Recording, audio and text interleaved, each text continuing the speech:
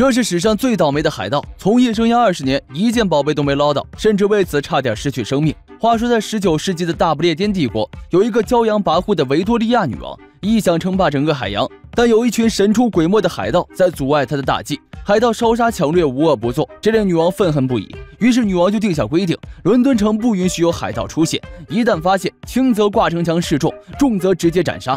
因此，伦敦也成了海盗们谈之色变的禁忌之地。在这群不法海盗之中，却有一群十分差劲的海盗，除了船长和军师，就是一群老弱病残，外加一只呆萌团宠小鹦鹉波利。而且他们还十分倒霉，别人做海盗都富得流油，每次劫船都是满载而归，而他们劫船却总是悲催的一无所获。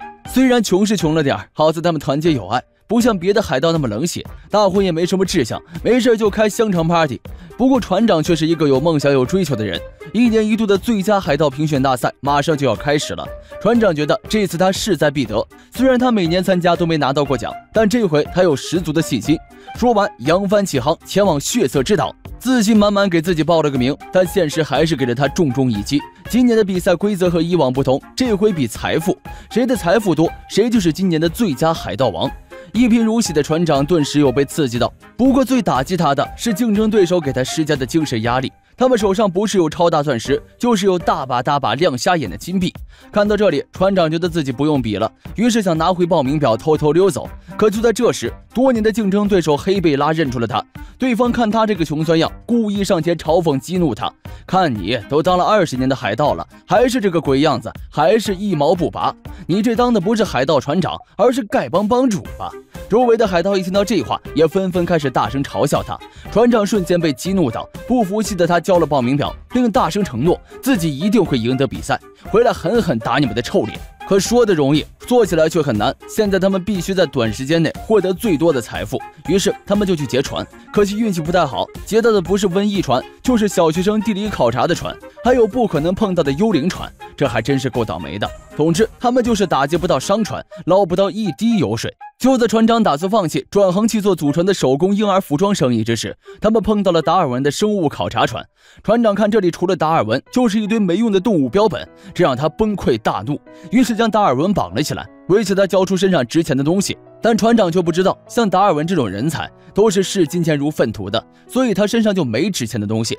而达尔文也以为自己死定了。突然，他发现船长怀里的鸟不是什么肥鹦鹉，而是已经绝种的稀有动物渡渡鸟。稀有到什么程度呢？据说渡渡鸟堪称除恐龙之外最著名的已灭绝动物之一，世界保存最完整的渡渡鸟骨架就价值440万，不出意外的话，这是最后一只。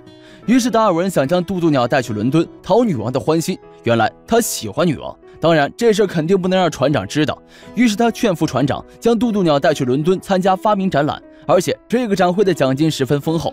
船长一听有奖金，立马答应下来，这样的话他就有资本去参加海盗评选了。可伦敦是不允许有海盗出现的，一旦被女王发现就会被处死。于是海盗们就打扮成女人的模样混进了城，来到达尔文的家。达尔文的管家是一只猴子，虽然不会说话，但他聪明绝顶，可以拿单词卡和人交流。晚上，船长抱着渡渡鸟早早睡下，熟睡后的他做了一个梦，梦到黑贝拉抢夺自己的奖杯，船长瞬间被吓醒。清醒后，他发现有个神秘人偷了他的渡渡鸟，船长等人立马狂追上去。达尔文看几人离开后，立即关上门，跑出去和神秘人会合。神秘人这走位，这短腿，显然就是他家的猴子。正当神秘人想将渡渡鸟递给达尔文之时，房里的一尊石像落在地上，将船长几人弹飞出了屋顶，径直落在了达尔文的跟前。渡渡鸟就这样又回到了船长手里。大伙已然怀疑是达尔文联合他的管家猴子想偷走渡渡鸟，但船长几人没有确凿的证据揭穿他。为了以防达尔文再来偷渡渡鸟，船长就将渡渡鸟藏在了一个没人知道的地方。直到展会比赛开始那天，船长才将渡渡鸟带上台。当船长掀开鸟笼布，举起渡渡鸟的那一刻，台下的人瞬间眼睛一亮，是真的渡渡鸟啊！便利的发明都要比下去了。就这样，船长赢得了比赛，但奖励却不是他想象的丰厚大奖，而是一个小的不能再小的小金杯。当然，还有一堆百科全书。这些书对于科学家他们来说或许是无价之宝，可这对于海盗来说却是一堆废纸。船长顿时感觉自己受到了欺骗。可就在这时，女王骑着她的小坐骑来了，她是特地前来祝贺船长获奖的，还表示自己想看一看她的渡渡鸟。这把船长紧张的不行，找了个又烂又合理的理由，试图拒绝女王。他称因为担心渡渡鸟被坏人偷走，已经把渡渡鸟藏了起来。而女王却异常执着，说自己有一所高级的宠物屋，渡渡鸟待在里面会很安全。显然，女王就是想夺走她的渡渡鸟。这下船长是彻底慌了，他这一慌，海盗的身份暴露了。女王大怒，做出抹脖子的手势，船长就这样被拖上了断头台。就在大刀落下的那一刻，达尔文赶紧上前解释，如果杀了他，就没人知道渡渡鸟藏在哪里了。女王一听觉得很有道理，于是放过了船长，还赦免了他海盗的罪行。从此，他可以留在伦敦，分享他做海盗的神奇事迹，尤其是还有你那亲爱的小渡渡鸟。虽然他被赦免了，但伴君如伴虎，好不容易虎口脱险，再继续留下来就是傻子。于是船长打算连夜离开这里。就在这时，达尔文拦住了他，还找了几个小娘子说要为他庆祝。面对达尔文的盛情邀请，船长也不好意思拒绝，觉得吃个饭再离开也不耽误事儿。酒足饭饱之后，船长就把达尔文当成了兄弟看待，甚至将藏渡渡鸟的地方说了出来，就是他的胡子，他把渡渡鸟藏在了胡子里面。但没等船长说完，达尔文的猴子就用枪威胁他交出渡渡鸟。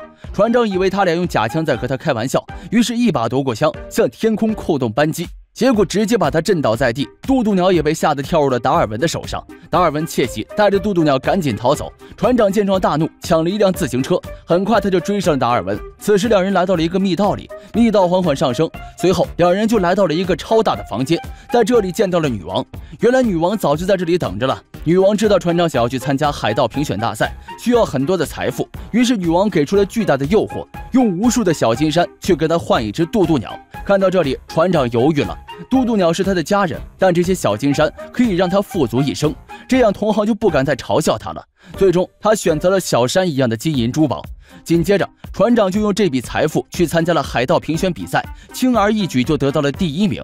可就在船长准备领奖之时，突然有人提出反对意见，说女王已经赦免了船长，那他就相当于失去了海盗这种身份，所以他没有资格领这个奖，而他获得的财富也被没收了，船长服也被扒了，最后他被人当成垃圾一样扔出了门口。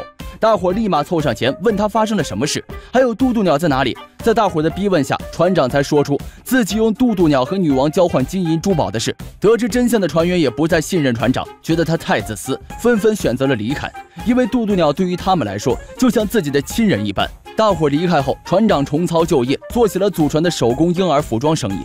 时间一天天过去，但他却一点生意都没有。此时的他肠子都悔青了，当初自己就不应该被财富蒙蔽了双眼，用渡渡鸟和女王做交易。一想到这里，他决定去女王的宠物园抢回渡渡鸟。可当他偷偷潜入女王的后院时，却看到了达尔文。从达尔文的口中得知，女王并不是真的喜欢各种萌宠，她其实是地下美食爱好组织的会长，他们就是想要尝尝各种珍奇异兽的滋味而已。而此时的女王正在海上开美食派对，打算和各国国王一同享受渡渡鸟的滋味。听到这里，船长坐不住了，打算赶过去救渡渡鸟。此时的达尔文也懊悔不已，自己就不应该爱恋一个恶毒的女王，于是他决定和船长一起去解救渡渡鸟。就这样，他们乘坐热气球，很快就来到了女王的商船上。他们在后厨成功找到了渡渡鸟，可刚想逃离时，却被女王发现了。女王恼羞成怒，卸下了笨重优雅的伪装，开启了疯狂的战斗模式。船长和达尔文都不是女王的对手，都被他打趴在了地上。就在女王想要对渡渡鸟出手时，军师带领猴子和其他船员及时赶到，阻止了女王，救下了渡渡鸟。接着大伙齐心协力打败女王。就在大伙以为要度过危机之时，船里突然喷涌出大量的泡泡，女王趁机抢走了渡渡鸟，坐上了热气球。船长见状，不顾危险冲上去捉住绳子，他想爬上热气球救渡渡鸟，女王却强迫渡渡鸟去咬绳子。渡渡鸟虽不会说话，但也是有脾气的，不甘被女王利用的他抓破了女王的脸，逃出了魔爪。可他也因此从高空跌落，好在被船长一把抓住。可被咬的绳子却在此时断了，船长和渡渡鸟就这样从高空急速下坠，眼看就要被大风车打成肉酱时，大伙用搭人梯的方法，在最后一刻救下了船长和渡渡鸟，而女王则被漏气的热气球带飞出了天际。此次船长不顾生死，舍身去保护渡渡鸟，最终获得了所有人的原谅和肯定。大伙在一片欢声笑语中，再一次的扬帆出海。这一次船长再也不想要什么大奖了，只希望和大家快快乐乐的待在一起。可结果他却被告知，他有资格拿奖了。原来在他抢走渡渡鸟之后，女王向全世界发出了天价通缉令，抓拿他。就这样，他又变回了海盗，却也成了身价最贵的通缉犯。兜兜转转，老天爷好像又跟他开了一个大大的玩笑，一会儿甜一会儿咸，人生或许就是这个样子。当你得到金钱和荣誉的同时，往往也会失去最真实的自我。我是黑白，咱们下期见。